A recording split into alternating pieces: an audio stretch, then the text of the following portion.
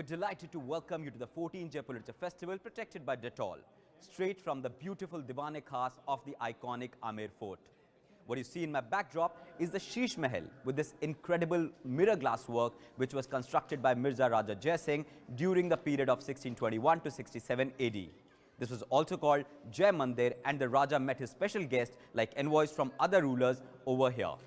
We'd like to thank Rajasthan Tourism and Art of Culture for giving us the permission to shoot it over here. Now time for a session. It's a pleasure to present today the House of Jaipur, John Zubrzycki and Rima Hooja in conversation with Sanjoy K. This session is presented by Australian High Commission.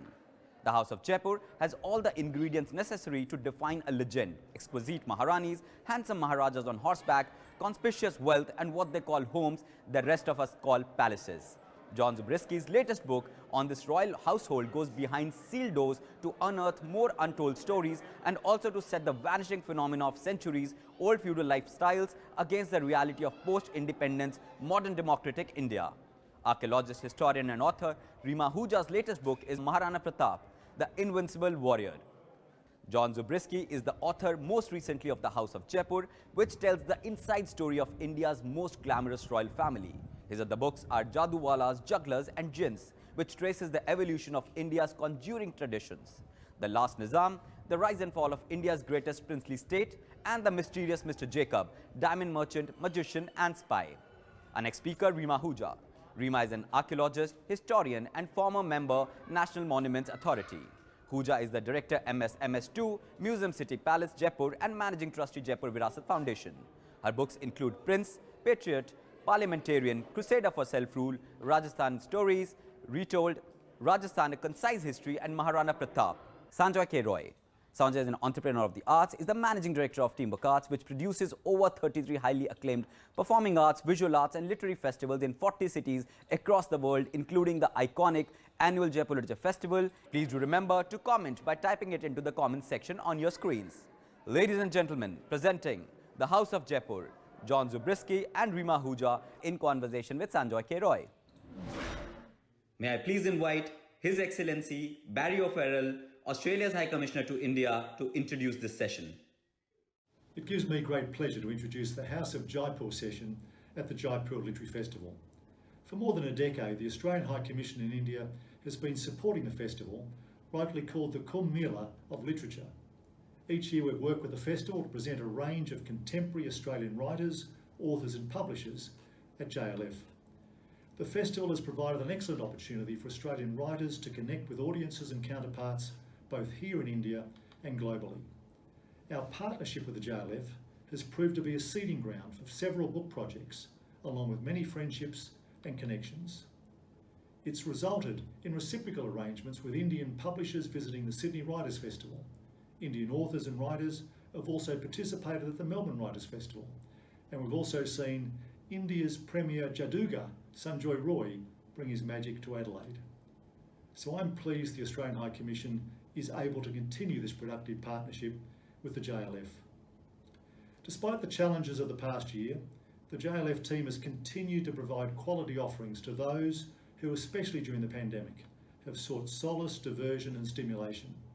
And readers are grateful that we can gather, albeit virtually, in 2021 again to experience this marvellous festival of words, ideas and imagination.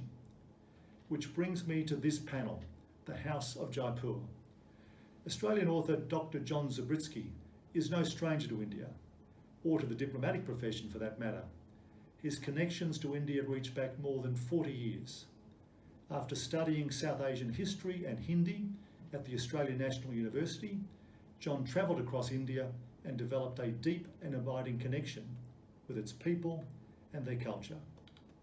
This drew him to pursue a career in diplomacy, journalism and writing, and John squeezed in time to earn a PhD, all focusing on the Indian subcontinent.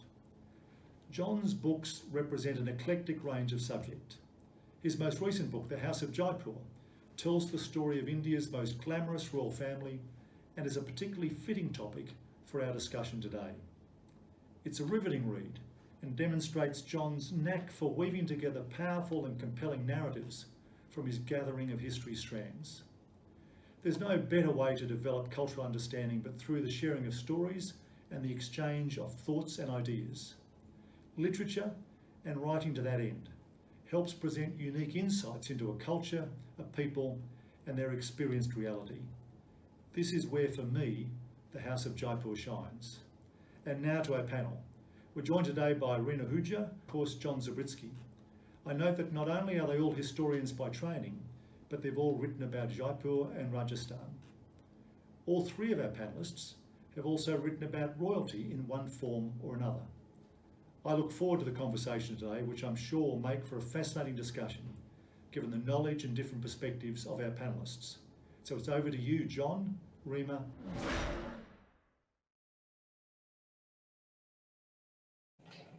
Thank you so much, the Excellency Barry O Farrell, and of course, it's my pleasure to welcome John Zubrzycki, who's no stranger to India. It's my pleasure to welcome John Zubrzycki, who's no stranger to India. His last book, Jaduwalas, Jugglers and Jinns, was absolutely amazing and a must-read. And of course, his latest book, The House of Jaipur, which is something we're going to unpack today, is really quite an in-depth look into the royals in recent times. Rima Hooja is the boss of all that she surveys, and she really is the historian of the hour. Anything that you want to know about Rajasthan, Rima Hooja is always the person to go. I'm going to dive straight in because there's just so much to unpack, and it'd be wonderful to get both your perspectives. John, somewhere in the book you talk about the crown, the Jaipur crown, or the crowning of the Jaipur kings being a poison chalice. Padmanabha has just recently been crowned as the erstwhile ruler of Jaipur. What has he inherited? He has inherited a poison chalice. He's inherited a proud tradition, of course, but we can't deny that. Jaipur may not have been the most important of the Indian princely states, but it played an incredibly important role in the history of Rajputana. The dominant Rajput state, probably a title that would be that Udaipur would also be claiming, but certainly a proud legacy. But he's also inherited a poison chalice, a web of litigation that now spreads over 3 generations. And involves the 3 branches of the family. Cases probably run into the dozens still and seem no closer to any sort of conclusion. He also, even his inauguration, his becoming Maharaja was mired in controversy. Because he was the, not the adopted son of Bhawani Singh Bubbles, but the grandson. And so the title would normally go to a son or a nephew, but in this case, Bubbles' daughter, I'm referring to Bhawani Singh as Bubbles, only there was no male line, so it had to go through the daughter, and that was very controversial. Even the Rajput Sabha at the time was opposed to it, as were his uncles, Prithviraj and Jai Singh too. So he's a young man who's showing plenty of promise, but he's also someone who's got challenges ahead of him. Rima, John refers to the 3 branches of the family and all of the cases that are in court as they fight each other. He also talked about Padmanabha being not the natural choice. How is it that their highnesses, Highness I and Highness II, Joe Baisa and the eldest at that point of time ruling queen, how did they both lose out in many ways in this race of Padmanabha being nominated as the king? Well, that is an interesting question, because you would realize if you look at the family tree, any reader would, that actually it is the first Her Highness whose direct grandson, great-grandson, is now the Maharaja, because she was the mother of the late Bhavani Singh, Bubbles, and her granddaughter is Via Kumari, now an MP. But she's the granddaughter and not the grandson. No, so he's the great-grandson. Granddaughter, as opposed to yeah. grandson. And it is really Maharani #2, who was her niece and was also from Jodhpur, whose children are not in the race at all.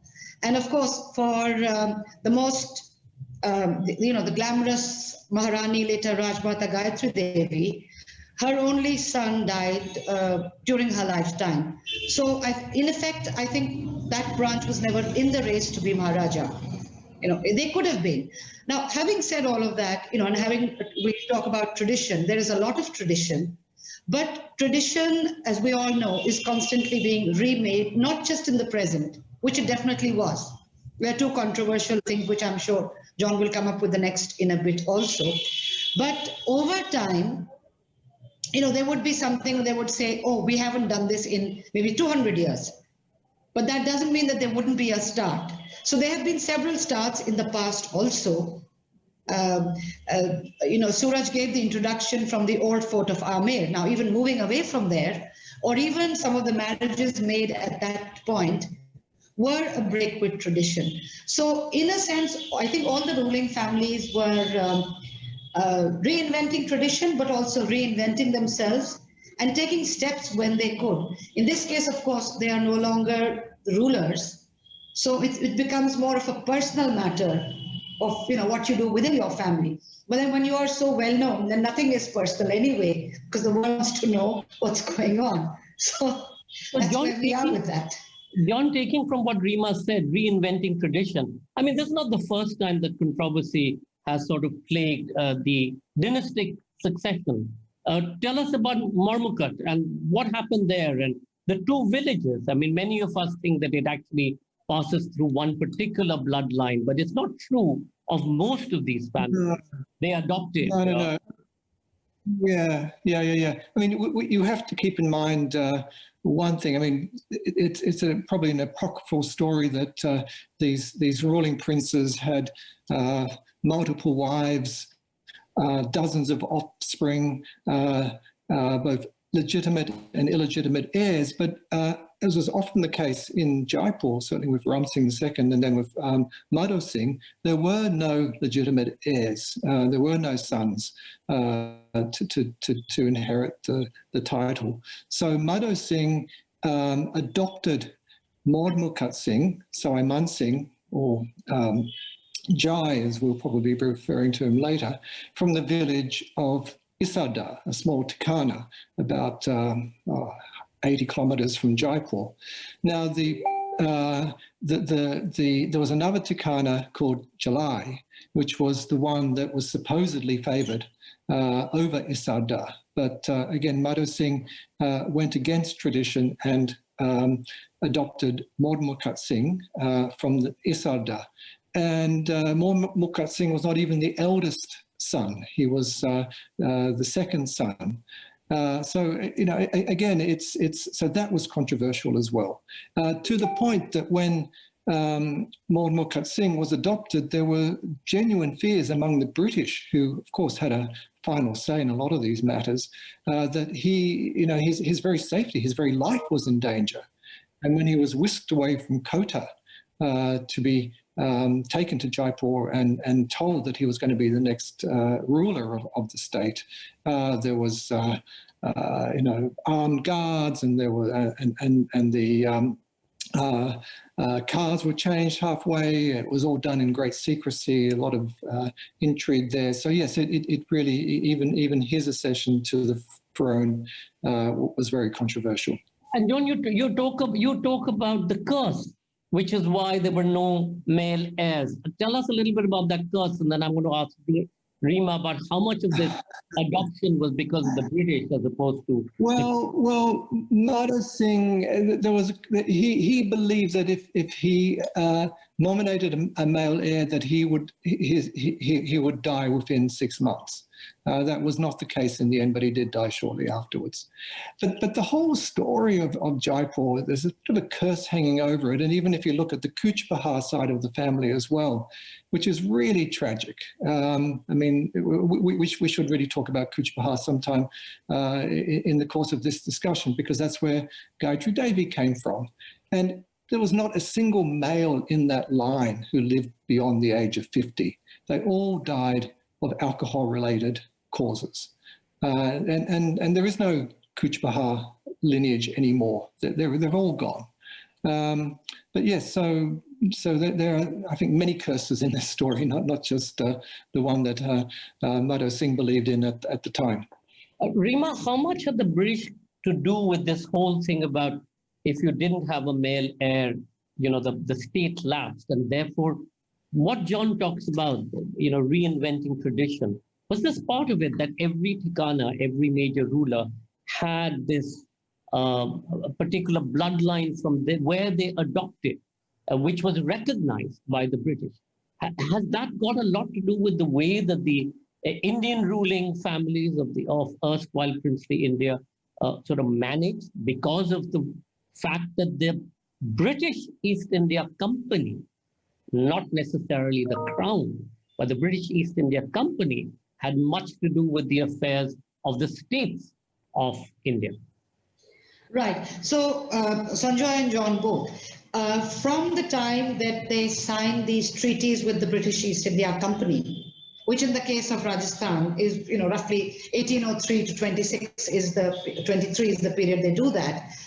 One of the clauses is that the foreign relations, which is who you go to war with, and aspects like who is recognized as a ruler or as a Thakur, kind of goes in with the choice being made by the East India Company agent. But just to go back a little bit, and I won't go back too much on this, but traditionally also, if the immediate line died out, they would look back, and everyone had their genealogies. And yes, you can occasionally fudge a genealogy, but not when you have, thousands breathing over your neck to see who's been chosen, like in the case of July that is being mentioned. So they would pick somebody from within an original bloodline. So it needn't always be the eldest to the eldest to the eldest. And all the kingdoms did that each time, which is why More Mukut Singh also was taken from one of the families which by bloodline was linked. Now, once Lord Dalhousie and the Doctrine of Lapse and all of that comes in, which meant that if you had no male heir, if a ruler died without a male heir, then you could not adopt. And that is one of the things that leads to a lot of other, we won't go into all of it, but it led in effect to some of the events of 1857. It's not the only cause, but thereafter it became this unofficial thing of, the British, initially the East India Company, later on the British government, post the East India Company being out of India, had to give their nod to whoever was being adopted. So over time, yes, the Thakurs also, they were dependent on their ruler, but then they could always take this route and go to the ruler and say, go to the British and say that my ruler, my immediate paramount power is not recognizing me. So over time, this had grown, and this need to have the heir to the throne recognized was very, very strong. But again, it's a continuation of tradition also, both ways. Oh, John, I don't know whether you know this fact. You talked about the fact that Diggy and many of the Thikanas actually railed against the fact that Mormukut was being adopted not from Jalid but from Isarda. And one of the reasons why Diggy is located in Jaipur outside the walled city is that they were seen not to be supportive of the adoption. And that's the reason why, the festival, which happens in Diggy, happens outside the Pink City. Rima, I'm going to stay with you for a quick comment. At the end of the day, the narrative that we hear today, especially today in India, is that the Rajputs were really the defenders of the faith, and they were the ones who railed against the Mughals and the Muslims and the invaders, etc. But in actuality, it was quite different. I mean, you have Mirza Raja Jai Singh, Mirza Raja Man Singh, who actually worked very closely with the Mughal emperors to be able to create their fiefdoms in many ways. They were principal courtiers in the Mughal court, especially both Jai Singh and, of course, Man Singh. And the fact that they did make peace through alliances or through weddings into the Mughal court is also what allowed them to move and create the pink city of Jaipur as we know without fortifications. Tell us a little bit about this narrative, because nobody remembers that he was Mirza Raja Jai Singh, Mirza Raja Man Singh.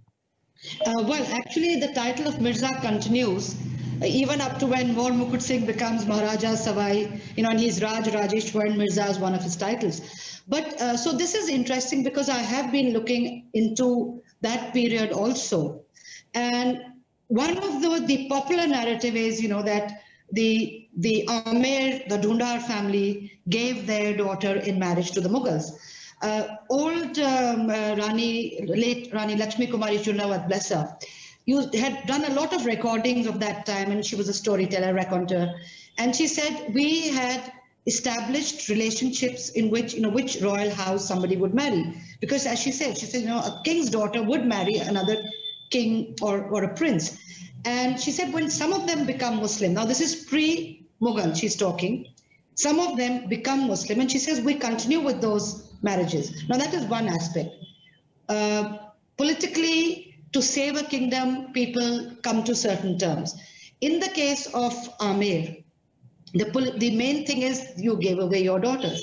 What else happens with it? So they marry a daughter into not just the Amer family, but all the others, barring one or two. They get a place at that court, and then they become influential there. So in their own minds, I'm not sure how they justified it, but we had an interesting conversation from somebody who had come in from Hardwar, and he said, you realize it is because of Raja Man Singh I, Mirza Raja Man Singh I, that there are all these temples which still exist, because he used to have a lot of conversations with Akbar on religion. And Akbar at one point said, will you become part of my Deen-e-Ilahi? And he said, well, no, I won't. I won't become a part of either your Deen-e-Ilahi or of Islam. I will stand for what I am doing. So it's a way of navigating space for yourself.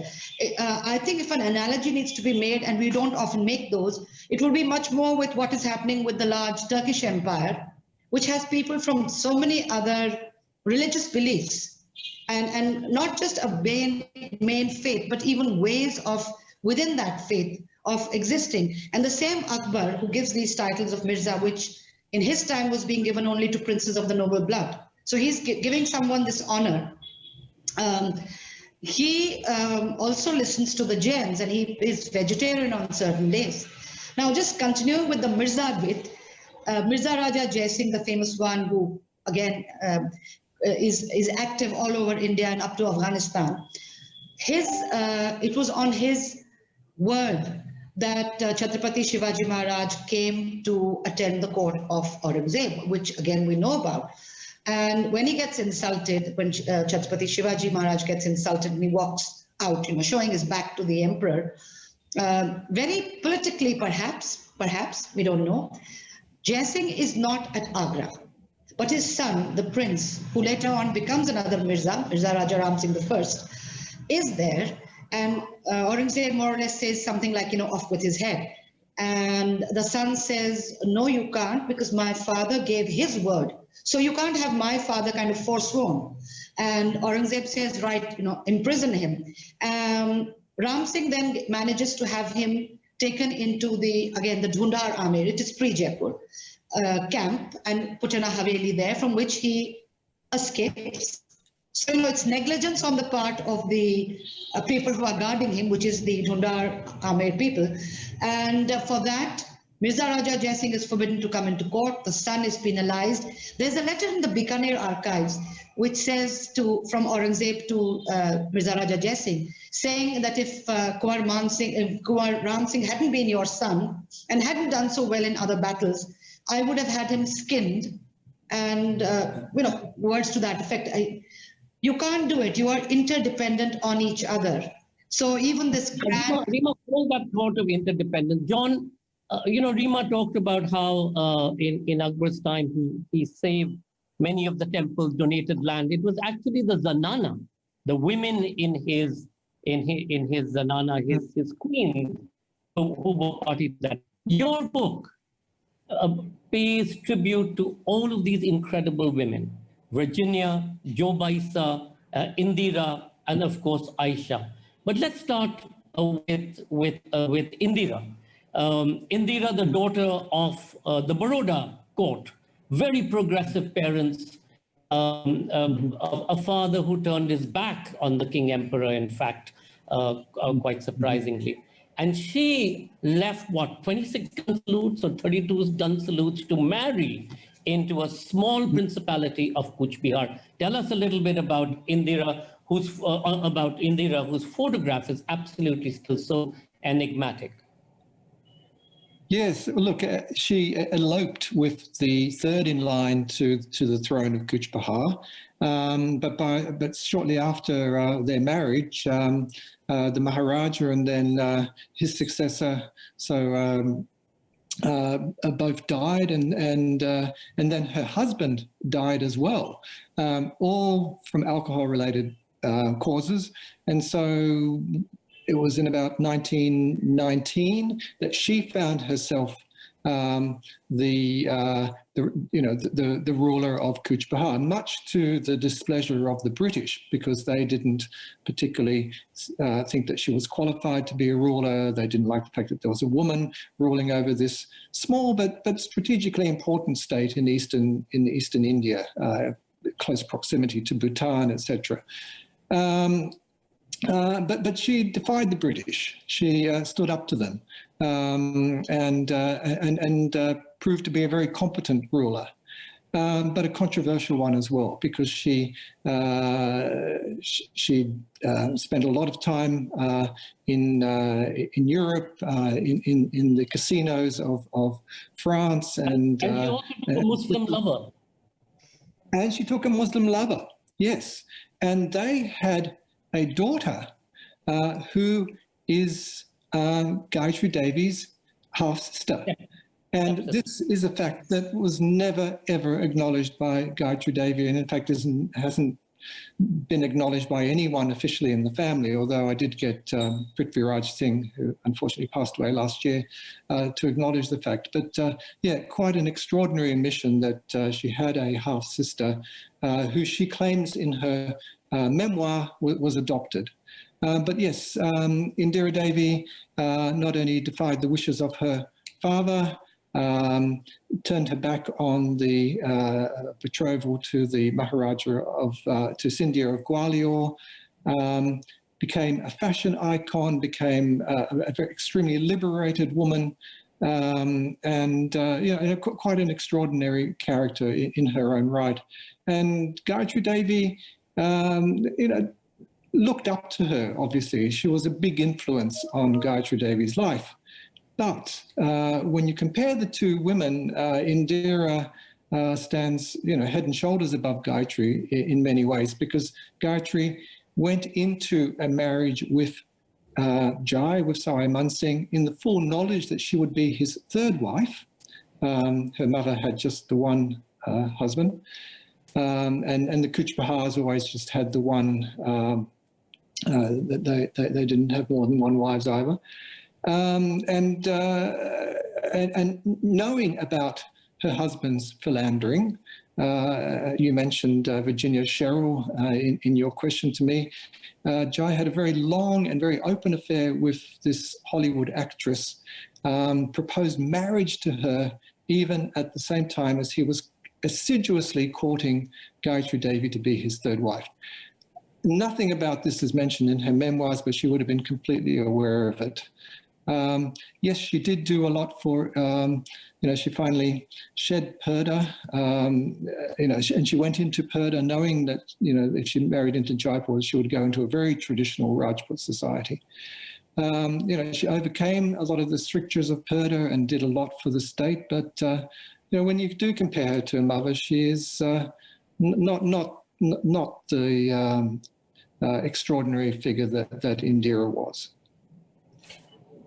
Rima, what was the relationship between Gayatri Devi and Jo Baisa and her Highness, the most senior queen? So Sanjoy, it's only, for me, it would only be hearsay, because both had died a long time ago, before one becomes conscious of the first Her Highness, in fact, died when Bhavani Singh Bubbles was very, very young himself. And for the second Her Highness, as a lot of old-timers still called her, they didn't see much of them in any case, because they were in Parda, or at least they were in Parda while they were in the state, in Jaipur. Very obviously not. The book, John's book, has got photographs, and the other book, which has come out from the Maharaja Sawai Man Singh Trust, has photographs of the second Her Highness in England, not in Parda. So what their actual relationship is again based on hearsay. But from little things which they would sometimes say, so Joy Babji, for example, Maharaj Jai Singh, talking about, and he would just say, my mother, and then he would say, well, I mean Her Highness, and he meant the one who was living, which was then the Rajmata, Gayatri Devi. So she was the mother. And then once in a while, Her Highness Gayatri Devi would talk about, sorry, I'm getting into all my Her Highnesses and confusion. But she once, for example, said in our school, they had a hostel which was called Indra Bhavan, named after her mother, the Maharani of Kuch Bihar. And somebody said something, and she said, oh, you people should have seen my mother.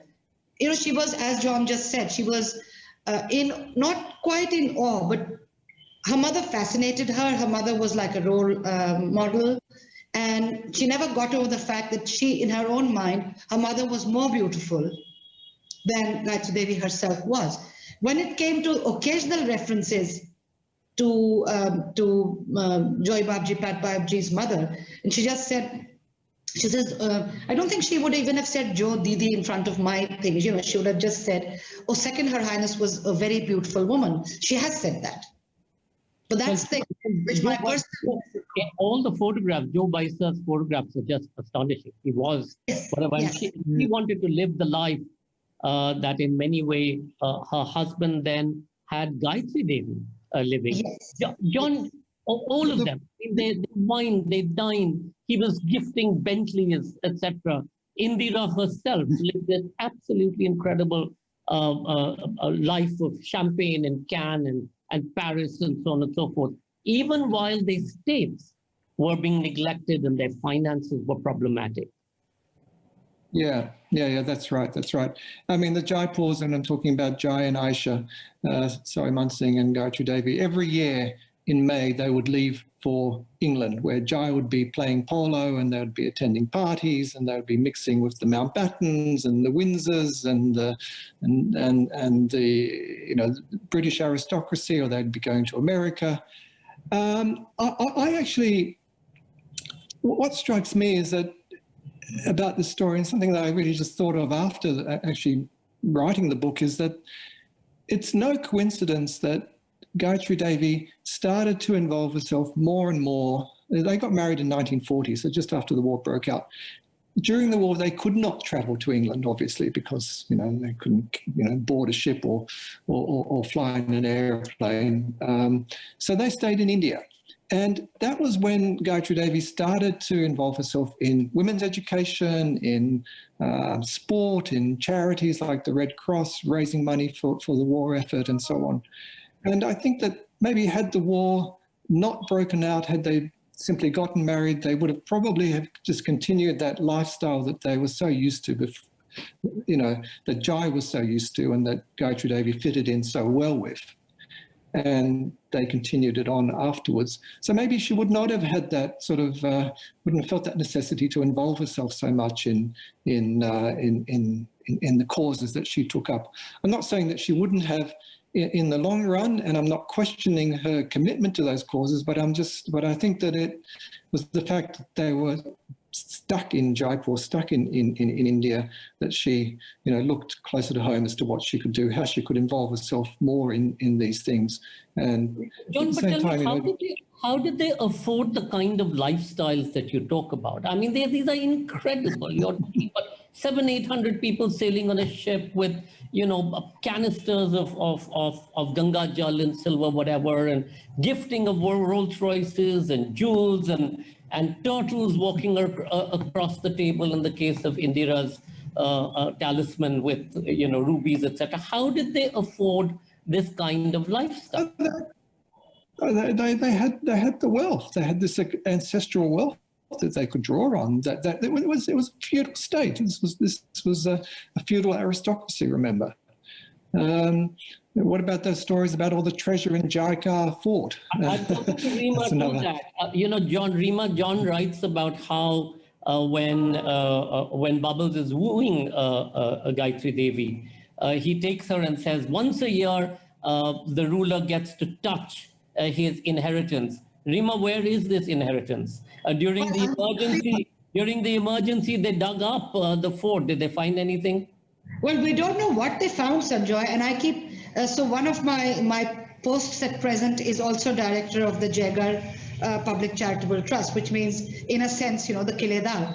And I keep hoping that the Indira Gandhi's team did not find it during the emergency, and perhaps we can find it not where it's meant to be, but in some hidden wall or the other. No, we don't know. This story was there. I grew up hearing the story. I grew up hearing, not that they could go into it once a year, but that during an emergency, invasion or something, a Maharaja could go in blindfolded, and the Meena fort keepers would take him through all these secret tunnels and bring away something once. The other part of the legend was when a king was crowned, he could be taken in once and just bring away whatever could be carried. Now, I think it was a convenient story to live by. One of the other things I heard was that in 47, 50 camel loads left Jagar under darkness. I wonder who's listening to me now when I recount this story. And we don't know where they went, but only 49 went where they were meant to go. So, there are all these stories which go there. Definitely, the story had enough credence for the authorities to come in during the emergency and look for this fabled treasure. At some point, the old guard has died out, the way of all flesh kind of thing. And we know that probably nothing was found other than maybe old bricks, because there's no place that they've dug there for ages. I think John's got the facts there of how many months they were digging away. Nobody could go near the fort. So it's either been transported away mysteriously, or they used it up going to England on the ships, or it was just used up to build. Hold that thought, Rima. John, your source. I mean, you've got such wonderful nuggets in this book, and it's really, quite an incredible telling of a story. So, two quick questions to you. One is, what have been your sources? And two, in fact, JJ asks, out of all the histories in the world, what drew you to write about Indian royals? And to Rima, one quick question at the back of that. Rima, do you think somebody like John can capture the nuance of complexities of our culture, which perhaps Indian historians would better do? First, John. Well, look, my sources, look, of course, meeting as many people as I could. I got to meet all three branches of the family, meeting associates, people who... Was there a lot of whiskey, and are you going down the Cooch Behar? Yes, there was a lot of tea drunk, and very often there was whiskey poured into the tea as well. Now taken up that habit. But yes, a lot of whiskey drunk, quite a lot of whiskey drunk, and the Rajputs tend to like their whiskey. Look, I found people, on the whole, very willing to open up Very few of the quotes that are in the book are given anonymously. Almost everybody goes on the record. I went through thousands and thousands of pages of court documents. You just can't believe it. Probably, maybe 10,000 pages. A lot of the stuff is very repetitive, but there are some nuggets in there. The raid on Moti Dungri, all these sorts of things. The level of detail in some of these court cases was quite extraordinary, but very tedious to go through. Look, what drew me to the story, I mean, this is the House of Jaipur is India's answer to the crown, okay? There is no other royal family in India that has quite the same it's the sweep of history. The context. You've got the story starting in about 1911, going through the First World War, the period up until independence, the role of the princely states during independence, what happened afterwards with the abolition of the princely purses. You've got these two main characters, Sari Man Singh and Gayatri Devi. Gayatri Devi being her involvement in politics, incarceration by Indira Gandhi. You've got Sari Man Singh, India's champion polo player. You've got tragedy upon tragedy. Sari Man Singh, of course, dying, around about the age of 50 in 1970, leaving a very young widow behind. You've got the tragic story of their son Jagat as well, someone that you knew when he was alive. You've got litigation, you've got feuding over unimaginable wealth and properties, all these things coming together. It was an extraordinary story. I mean, but how John, could you not be isn't it drawn to it? also about the fact that if it didn't have at the center of the story these extraordinary women, because Yes. at the end of the day, you had the Hyderabad, you had the Barodas, you had the Jamnagars, beyond eccentric and beyond, in terms of wealth, way beyond that of the family of Jaipur. But you didn't have the extraordinary women that Jaipur had. Exactly. Yes, the women make the story. I have to agree with you there. Yeah. Rima, should John write the story? Has he got the nuance? And to that, a question, does it even make sense to declare someone king or ruler of a powerless province that no one really cares about? Why is it even done, as asked by Nikhil Mishra? All right, let's do that one first. We are talking about away from the more controversial one. I want to talk about the nuance. All right, I'll talk about the nuance first. So I think it would be a little patronizing to say that you have to be part of a culture in order to be able to talk about it. So from that point of view, whether it is John, whether it is someone, if you do your homework, you can write a piece of fiction anyway. But if you are writing fact or you're writing a non-fiction, if you do your homework, which John did, he has met a lot of people, then he has, not just every right, because who am I to give those rights, but he comes up with a book which is capturing most of the nuances, I would say. And the reason I say most is, even if it was an Indian writing. Were you and the palace horrified when the book arrived in your desk? I don't know if the palace was horrified, and I don't think I was horrified because I knew the book was being written. John had come and done an interview here also. I think it would be more of some of the facts which come up which people may not know about, or facts which come up and people say, we always knew that. But to come to the nuances, you never really, you could be Indian, you could be local, you may not talk about something. You could be Indian from another part of India. How do we know all the nuances? Just again, staying with the fabulous Maharani Gayatri Devi, Rajmata Gayatri Devi, she was elderly. Khushwant Singh had come to do a talk at the end of the day at her school. And she was a little late coming in, which she apologized about in her husky voice. And she said, I had to go back, change, have a shower, and do my puja. And Khushwant Singh immediately pinned her down and he said, oh, you do puja, you believe in God. She said, I have every right to believe in what I wish to believe in. But yes, I do my puja. I believe in rituals. that doesn't come through when she does a lot of other things. And she had a little chandan thing, and she said, I have an idol that my mother gave me, which has gone missing, probably, but I still fold my hands, and I have every right. So things like that may not come through. You know, somebody could be very traditional. So the same woman who was perfectly at home smoking and having a glass of champagne and being totally charming has sat on dharna not far from where I live, you know, at the Moti Dongri, and she was in her 80s. And been to prison. And been to prison. Rima, But prison was we're going to have to wrap. So very quickly, does it even make sense to declare someone king today? Well, why are we talking about them? So, you know, technically there is no Maharaja, but people are fascinated by all kinds of something that is different, whether it's a writer, a famous writer. Why do people queue up to have books signed? Or somebody who has inherited a lot of wealth, or somebody who's inherited wealth, but also a title, and then with it, perhaps all the responsibilities. Working here, I can see that, you know, that sense of responsibility is there. How it gets honed over time is different.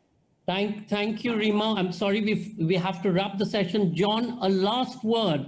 I wanted to ask you actually about, you know, the fact that James Todd created the aura and the magic of the Rajputs and set them on a pedestal, in many ways sort of disguising the fact of much of what they did on the backs of the people.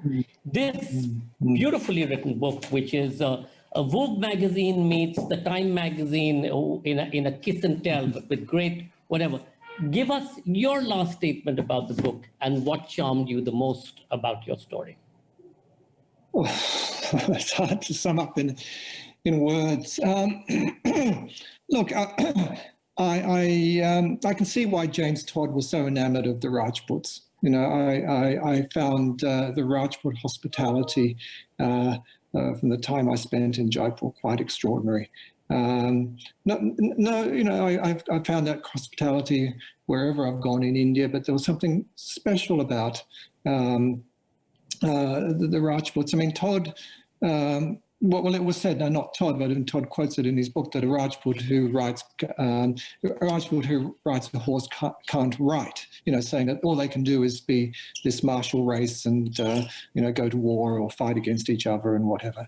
But in fact, you know, it is it's a very deep, sophisticated culture, and you know, of course, it's going to draw me into it. And the Jaipur story, you know, is a reflection of that and more, because it's tradition meeting with modernity, and that comes through all the way in the story from the very beginning. You know, the tussles against the British, the transition to independence, the transition to a modern India, and how the royals have readjusted themselves to you know, find a new role for themselves in the modern India. It all comes through in the story. So, you know, it was an eye opener. It was pleasurable on every count.